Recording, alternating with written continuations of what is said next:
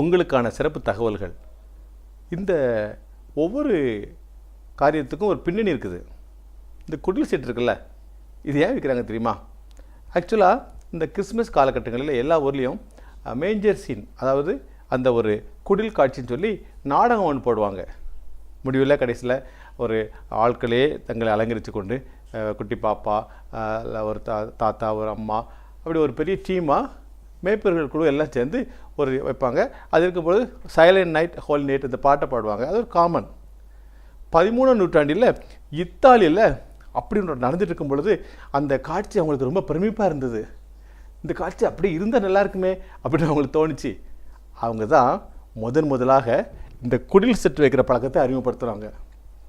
இந்த குடில் செட் வைக்கிற பழக்கம் முதல்ல ரோமன் கத்தாலிக்க பிரிவை சேர்ந்தவங்களுக்கு மட்டும்தான் இருந்தது. மற்ற பிரிவினருக்கெல்லாம் இதில் இயேசுவோட சிலை இருக்குது, நல்லா வைக்கக்கூடாது, இதில் உருவங்கள் இருக்குது, நல்லா வைக்கக்கூடாது அப்படி சொல்கிறாங்க. 2 பேருக்கும் கடுமையான வாக்குவாதங்கள் உண்டாச்சு. அப்போ நீங்கள் ஃபோட்டோ வைக்கிறீங்களே, நீங்கள் படம் வைக்கிறீங்களே, இப்போ நிறைய காம்ப்ளிகேஷன். எண்டில் ஒரு சமரச நிலைமைக்கு வந்தாங்க.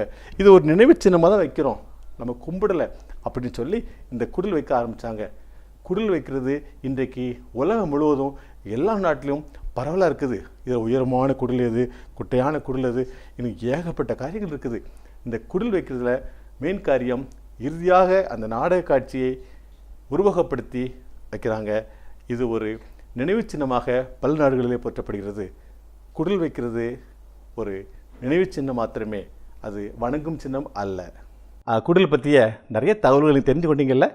நீ குடில் ஏன் வைக்கணும்னு தெரியாமல் நிறைய இருக்கிறோம். இப்போ புரிஞ்சுக்கிட்டீங்களா?